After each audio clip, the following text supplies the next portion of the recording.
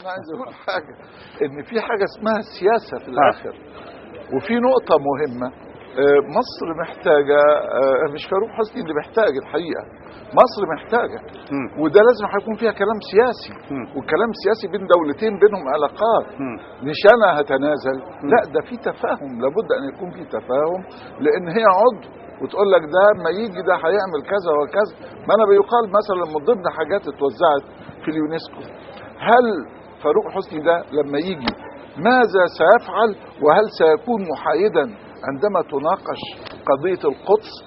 فأنا رددت على اللي قال لي طب وهل يا ترى لو كان المرشح لإدارة اليونسكو إسرائيلي كان سوف يكون محايدا؟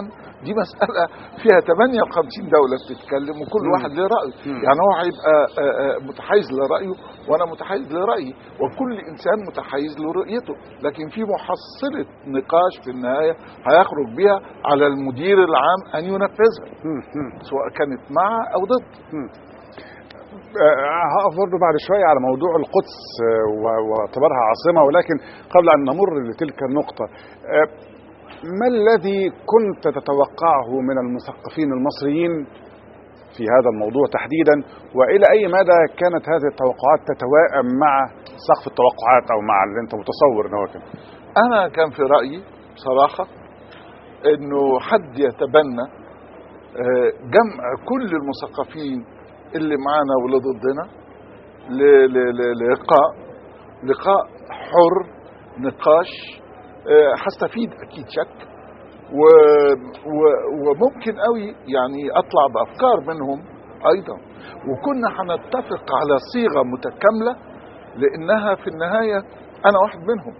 يعني كنت اتمنى ده، كنت اتمنى فعلا مجموعه من المفكرين والمثقفين كل اللي مهتم بالموضوع ده، لان ده شيء وطني. طب ليه ده ما تمش؟ يعني انا مش هطلب، انما كان المفروض حد منهم. انت على علاقه طيبه بمعظم المثقفين المصريين، انا معاك، بس الم يكن من الممكن الاشاره، الايحاء، الطلب المباشر حتى؟ انا بطلب خلال نعتبر ده طلب في كل الاحوال. طب ما الذي تتوقعه انت في المستقبل القريب؟ هل بتطلب من المثقفين المصريين مثلا ان يتفهموا او ان يدعموك في ذلك الموقف الذي يتطلب قدرا من السياسه قد يتناقض شكليا او جوهرا، يعني دي مساله، مع القناعات الخاصه بهم او القناعات الخاصه بالمثقفين المصريين في قضايا مختلفه؟ لا، انا اعتقد ان هم يعني ما اعتقدش انه يعني ان ده ممكن يكون يعني ورقه موجوده وحد يطرحها، انما هو المفهوم الى ما بعد الموضوع، الى ما بعد ان احنا يعني ازاي مصر يدير هذه المنظمه ويكون مثال يحتذى، ويكون مثلا موقف فارق في كل الفترات اللي فاتت، انت مصري مسلم عربي افريقي في منطقة كلها احداث، وكيف يمكن لك ان تقيم الجسور، وكيف يمكن لك ان تصلح من صورة الاسلام، وكيف يمكن ايضا ان تقيم التصالح بين كل الاديان، وكيفية انك انت تقيم هذا التصالح. وممكن قوي الفلسفة تلعب دور كبير جدا في تعميق الرؤى بين كل الاعراق المختلفة والاديان المختلفة والظروف المختلفة. يعني ده ممكن ببساطة ممكن يكون فيه قرائح على مستوى عالي جدا تفيدني في لو حظينا يعني خلينا اقول ان هو ممكن تطوير مفهوم المؤتمر الذي يدعم مثقف، الذي يدعم الى المؤتمر الذي يرسم تصورات لمستقبل مصر كأمين للمنظمة اليونسكو، او الامين العام كيف يمكن له ان يحمل كل يعني في داخله كل إنسانية الثقافة المصرية. ايوه، لانك في النهاية وانت موجود في العالم، اصل العالم ده اشكالات كبيرة جدا، وكل منطقة لها، وكل مندوب دولة او كل ممثل دولة له رأي في القضايا الدولية، وبالتالي عشان كده بتطرح. يعني هو في النهاية هو بيكون صوت من ضمن الاصوات اللي موجودة، يقنع ما يقنعش، يتكلم ما يتكلمش، وعليه ان هو ياخذ كل هذه الرؤى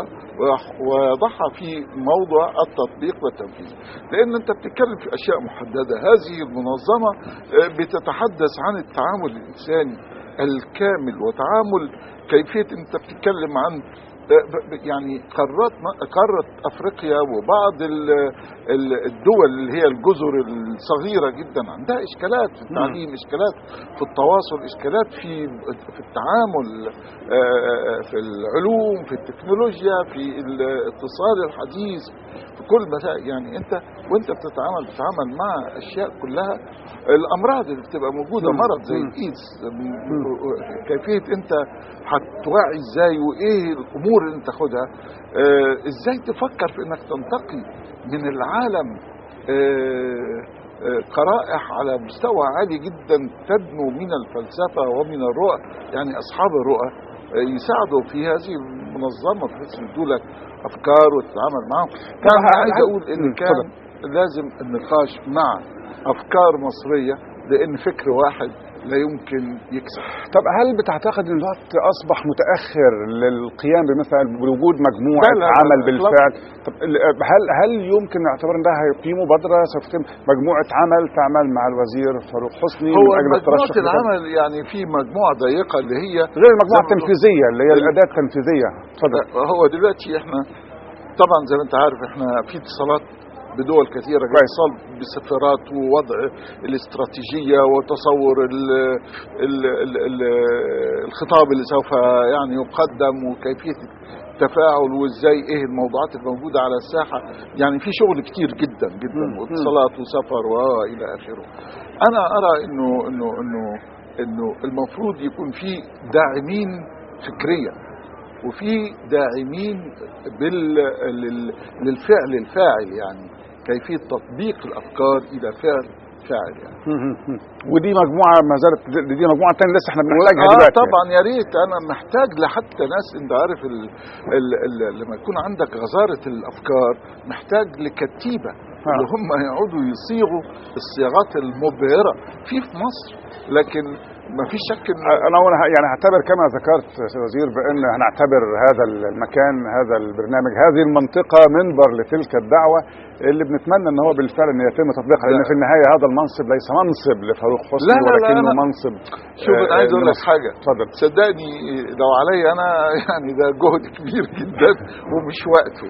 انما انا مدفوع برغبه الدوله ورغبه المجتمع، صدقني. لكن لو تخش جوايا يعني انا زي ما تكون انت رميتني في مياه عميقه وانا لابد. واظن ان هو ينبغي انك تكمل السباحه حتى الشط الاخر اللي هو الوصول. طب هنا برضو حتى الوصول الى الشط الاخر، هل بتعتقد ان الموقف الفرنسي حدث فيه تغير؟ جولماء الفرنسيين كانوا مرحبين على مستوى الدوله، انا اعرف المثقفين الفرنسيين يقفون وراءك قلبا وقالبا، قطاعات كبيره منهم، ولكن الدوله الفرنسيه بعدما كان اعلن الرئيس ساركوزي التدعيم وكذا، عاد ليكون هناك شكل من اشكال التصريحات اللي فيها قدر من التراجع اذا ما سميت. هندرس نرى. لا ما نقدرش نقول تراجع، لان اولا تصحيح موقف، تعديل موقف، لكن ليس الحماس اللي كان في البدايه. يعني انا ده كان شرف كبير ان انا ادعم من فرنسا ومن الرئيس ساركوزي بشكل شخصي. يعني هو قال لي انا شخصيا احنا بندعمك وانا شخصيا بدعمك ولازم تنجح وهتنجح. يعني دي كلماته اللي قالها لي يعني، وانا سعدت بيها جدا وحسيت بفخر شديد ان فرنسا هي مقر هذه المنظمه، وفرنسا دوله كبيره جدا ثقافيه في العالم، يعني لها تاثير كبير. سعدتني جدا السفاره هنا، السفير الحقيقه وقف معانا مواقف رائعة للغاية. لكن شوف هو